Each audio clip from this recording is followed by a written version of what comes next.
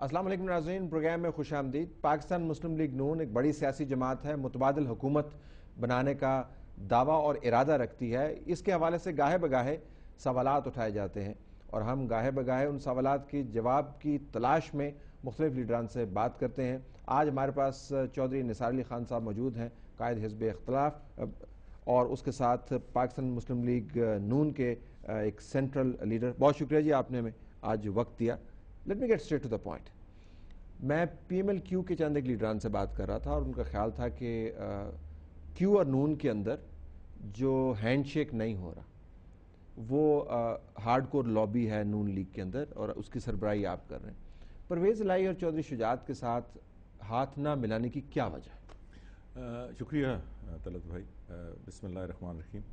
سب سے پہلے تو میں واضح کر دوں کہ میں کئی معاملے پہ میری ایک ہارڈ لائن ہے، مگر جہاں تک پی ایم ایل این اور پی ایم ایل کیو کے قریب آنے کا تعلق ہے، یہ جو بھی اطلاعات جس نے بھی آپ کو دی ہیں وہ غلط ہیں۔ میں روز اول سے اس بات کا حامی تھا کہ پی ایم ایل این اور پی ایم ایل کیو کا ادغام بہت پہلے ہو جانا چاہیے تھا، ٹھیک، اور میں نے پارٹی کے اندر اس حوالے سے بہت ساری کوششیں کی۔ پتہ نہیں آپ کو یاد ہے کہ نہیں، پچھلے سینٹ الیکشنز میں میں نے اور سینیٹر اسحاق ڈار صاحب نے پارٹی سے اجازت لے کر کئی ملاقاتیں کیں، چودھری شجاعت صاحب سے، پھر چودھری پرویز الہی صاحب سے، اور تقریباً معاملات طے ہو چکے تھے، مگر پھر کیا ہوا وہ ایک علیحدہ کہانی ہے۔ اس میں ذمہ داری ہم پہ نہیں ہے۔ ذمہ داری ایک فون کال کی ہے آصف زرداری صاحب کی طرف سے چودھری شجاعت صاحب کو، میں اس میں نہیں پڑھنا چاہتا۔ میں صرف اس تاثر کو زائل کرنا چاہتا ہوں کہ میں اس معاملے میں ہارڈ لائنر نہیں ہوں، میں اس معاملے میں بہت سافٹ لائن اختیار کی ہو۔ بعض لوگوں کا خیال یہ بھی ہے کہ میاں محمد نواز شریف چودھریز کے ساتھ بات نہیں کرنا چاہتے، اور وہ کال زرداری صاحب کی طرف سے آئے یا نہ آئے، لیکن نواز شریف نے کہا جی کہ ہم نے پرویز الہی اور چودھری شجاعت صاحب سے بات نہیں کرنی۔ تو آپ کی پارٹی ہیڈ کا معاملہ ہے، یہ زرداری صاحب کا معاملہ نہیں ہے۔ طلعت صاحب، اولاً تو یہ کہ میں اور اسحاق ڈار صاحب جب ملنے گئے یا ملاقاتیں ہماری ہوئیں ایک مشترکہ جگہ پہ، تو وہ میاں نواز شریف صاحب کی منظوری کے ساتھ ہوئیں۔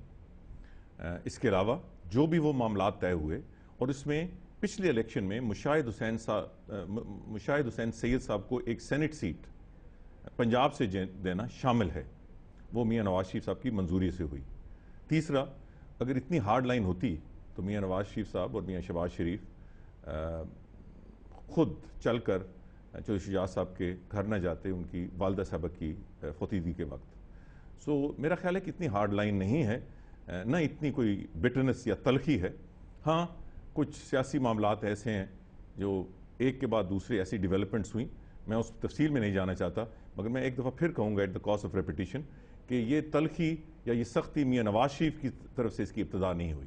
مستقبل میں ادغام ہو سکتا ہے آپ کے خیال میں؟ سیاست میں سب کچھ ممکن ہے، اور یہ میں نیگیٹولی نہیں، منفی انداز میں نہیں کہہ رہا، پازیٹیو انداز میں کہہ رہا ہوں۔ مگر اب چودھری شجاعت صاحب کا یا پی ایم ایل کیو کا اس وقت حکومت کا حصہ ہونا، ان کے ساتھ مل کر سینٹ کا الیکشن لڑنا، ان کی ووٹوں سے اپنے کئی ممبران سینٹ میں پہنچانا، اور بار بار اب بھی یہ اعلان کرنا کہ آئندہ الیکشن ہم اکٹھا لڑیں گے، مجھے کم از کم شارٹ یا میڈیم ٹرم میں کوئی کامن گراؤنڈ نظر نہیں آتا۔ ان کا اگر حکومت کے ساتھ کھڑا ہونا ہی ایشو ہے تو آپ نے بھی حکومت کے ساتھ تعاون تو بہت کیا، اگر تعاون کا ہی معاملہ ہے تو اس تعاون کی ذمہ داری تو آپ پر بھی پڑتی ہے۔ پی ایم ایل این نے بھی تعاون کیا، وہ بھی تعاون کر رہے ہیں، اور شجاعت صاحب سے جب بھی بات کریں وہ کہیں جی کہ یہ بھی ان کے اتنے قریب ہیں جتنے ہم قریب ہیں، تو کوئی ایسا گناہ ہم سے سرزد نہیں ہو رہا ہے جس کی پاداش میں یہ معاملہ نہ ہو، لیکن وہ بار بار وہ یہی کہتے ہیں کہ ہم سے جو جرم ہوا ان کی نظر میں کہ جنرل مشرف کے ساتھ ہم کھڑے تھے، وہ معاف نہیں کرتے میاں صاحب۔ نہیں، میرا خیال ہے وہ مسئلہ، میں ایک بار پھر بات کروں گا کہ اگر ایسا ہوتا تو ہماری ان سے مذاکرات نہ ہوتے، معاملات تقریباً طے نہ ہوتے، سینٹ کی سیٹوں تک معاملات طے ہوئے۔ یہ تو ایک طرف، مگر دوسرا زرداری صاحب کی جو ہم نے الائنس کی، آپ کو یہ بھی یاد ہوگا کہ 8 سال پیپلز پارٹی اور مسلم لیگ نون اکٹھا جنرل مشرف کی جو آمریت تھی اس کے خلاف ہم نے اکٹھا سٹرگل کیا، چارٹر آف ڈیموکریسی سائن کیا۔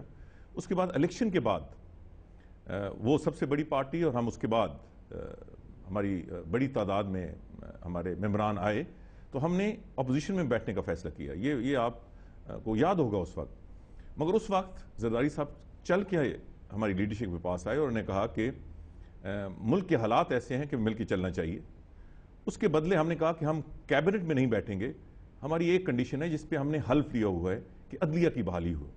سو ایک کنڈیشن پہ طلعت صاحب میں کہتا ہوں کہ تنقید کا آپ کو حق ہے, پوری پاکستانی قوم کو حق ہے, مگر میرا خیال ہے کہ late us separate the wheat from the chaff. ہم نے صرف ایک نقطے پہ جس کا مسلم لیگ کے نون کے حوالے سے کوئی فائدہ, سیاسی فائدہ نہیں تھا, ہم شامل ہوئے. جب وہ اس پہ عمل درآمد نہیں ہوا تو ہم 6 ہفتے کے بعد 15 وزارتوں کو ٹھوکر مار کر اپوزیشن میں آ کے بیٹھ گئے. وہ دن ہے اور یہ دن ہے. مجھے آپ بتائیں کون سا ایسا ایشو ہے جس پہ ہم نے واضح سٹینڈ حکومت کے خلاف نہیں لیا. این آر او کو ہم نے بلاک کیا نیشنل اسمبلی میں, جنرل سیلز ٹیکس کو ہم نے بلاک کیا, کیری لوگر بل کو ہم نے بلاک کیا, اور بہت سارے ایشوز ہیں, ڈی ایچ اے بل کو ہم نے بلاک کیا. کتنی ایشوز ہیں جس پہ ہم نے اپوزیشن کا رول ادا کیا, کتنے پہ ہم امینڈمنٹس لے کے آئے, کتنی ایشوز پہ ہم نے مجبور کیا حکومت کو کہ وہ قانون واپس لے لے. تو ہم نے اپوزیشن کا رول ادا کیا. لیکن اس سے زیادہ شاید تفصیل ان ایشوز کی ہے جس پر آپ نے حکومت کے ساتھ تعاون کیا, حکومت کو آپ نے استحکام بخشا, حکومت کو آپ نے طوالت دی, حکومت کو آپ نے اپنے پاؤں پر کھڑے ہونے کا موقع دیا. وہ حکومت جس کے بارے میں آپ کہہ چکے ہیں, نواز شریف صاحب بارہا کہہ رہے ہیں اور ابھی بھی کہہ رہے ہیں کہ اس کا ایک ایک دن جو ہے وہ پاکستان کے لیے مصیبت کا باعث ہے. ابھی حالیہ جو سلامتی کمیٹی کی جو سفارشات ہیں وہ آپ کی پارٹی نے باقاعدہ انڈورس کی ہیں.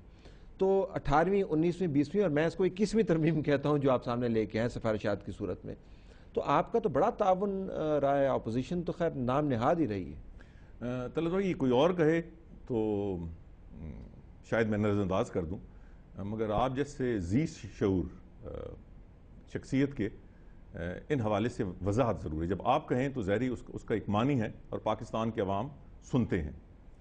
اولاً تو میں یہ کہوں کہ مجھے ایک ایشو بتا دیں جس پہ ہم نے حکومت کو استحکام دیا, جو ان کے وائٹل ایشوز تھے. این آر او تھا, کیری لوگر بل, ابھی میں ذکر سیلز ٹیکس تھا, پچھلے 2 سال کے بجٹ سے ہم نے ڈٹ کر اس کی مخالفت کی. اور ہماری تعداد 90, ہم اکثریت میں نہیں ہیں. ہم اس دوران کسی سٹیج پہ بھی حکومت کے ساتھ ووٹ, ہاں کروشل ایشوز جو قومی مفاد میں ہیں.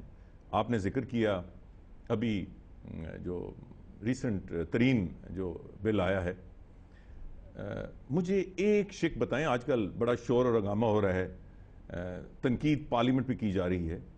وہ بل لے کے آئے اور جیسے میں نے کہا کہ مقصد اس کا تھا کہ نیٹو کی سپلائیز کو کھول دیا جائے. ہم نے مجبور کیا تھا کہ وہ تمام شکیں جو نیٹو سپلائیز کے حوالے سے تھیں حکومت کو وڈرا کرنی پڑی. اور اس وقت مجھے ایک شک بتائیں اس مسودہ میں جو پاس ہوئی ہے متفقہ طور پہ, جس میں ذرا بھر بھی کسی بین الاقوامی ملک یا کسی غیر ملک کے مفاد کی شک پاس ہوئی ہو اور پاکستانی مفاد کے خلاف شک پاس ہوئی ہو. آج میں حیران ہوتا ہوں کہ لوگوں نے تماشا لگا, انہوں نے پڑھا ہی نہیں یہ بل. تمام وہ شکیں جو نیٹو سپلائیز کے حوالے سے تھیں وہ حکومت ہم نے مجبور کیا کہ انہوں نے وڈرا کر لیں. اس میں اپوزیشن کی جیت ہوتی ہے, حکومت کی ہار ہوتی ہے. لیکن نیٹو سپلائیز آپ کے خیال میں اب نہیں جائیں گی پاکستان کی ٹیریٹری سے؟ تو بھائی اس کا صرف ٹھیکہ ہم نے تو نہیں لیا. نہیں ویسے آپ لیکن آپ ٹھیکہ تو نہیں لیا, لیکن آپ نے مجبور کیا نا حکومت کو یہ راہ اپنانے کے لیے آپ کے بیان کے مطابق. تو اس بل کے بعد یہ جو ابھی حتمی بل آیا ہے, اب نیٹو سپلائیز نہیں جائیں گی پاکستان کی ٹیریٹری سے کسی قسم کی؟ جیسے میں نے وہی گزارش کی نا کہ یہ ذمہ داری ہم پہ نہیں آتی.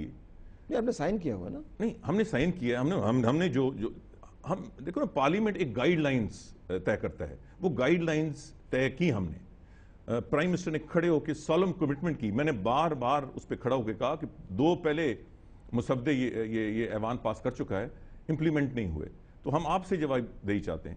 تو پرائم منسٹر سے بڑھ کر اور کون ہوتا ہے جو سولم کمٹمنٹس دیں؟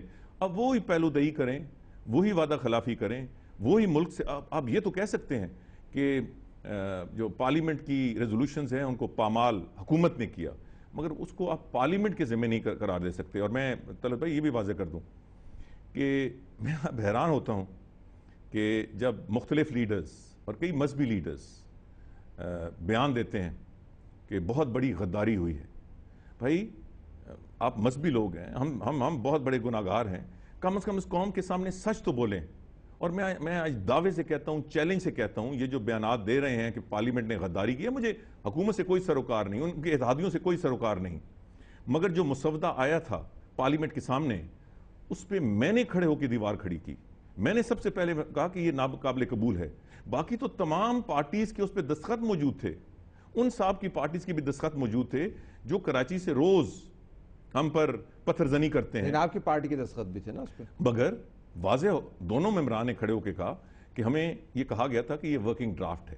ٹھیک, سو جو نیا ڈرافٹ جو ہے اس کے اندر وہ تمام کمی جو ہے وہ دور کر دی گئی آپ کے سٹینڈ کی وجہ سے. نیٹو کے ایشوز کے تمام حکومت نے وڈرا کر دیے. اگر میں غلط کہہ رہا ہوں تو کوئی کھڑا ہو کے قوم کے سامنے وہ شک رکھے جس میں نیٹو سپلائز کی گنجائش ہے. آگے جو آپ نے بات کی, گزارش یہ ہے کہ یہ حکومت کا کام ہے, ہماری اسٹیبلشمنٹ کا کام ہے. اس وقت پبلک اوپینین بڑی کلیئر ہے کہ نیٹو سپلائز بحال نہیں ہونی چاہیے.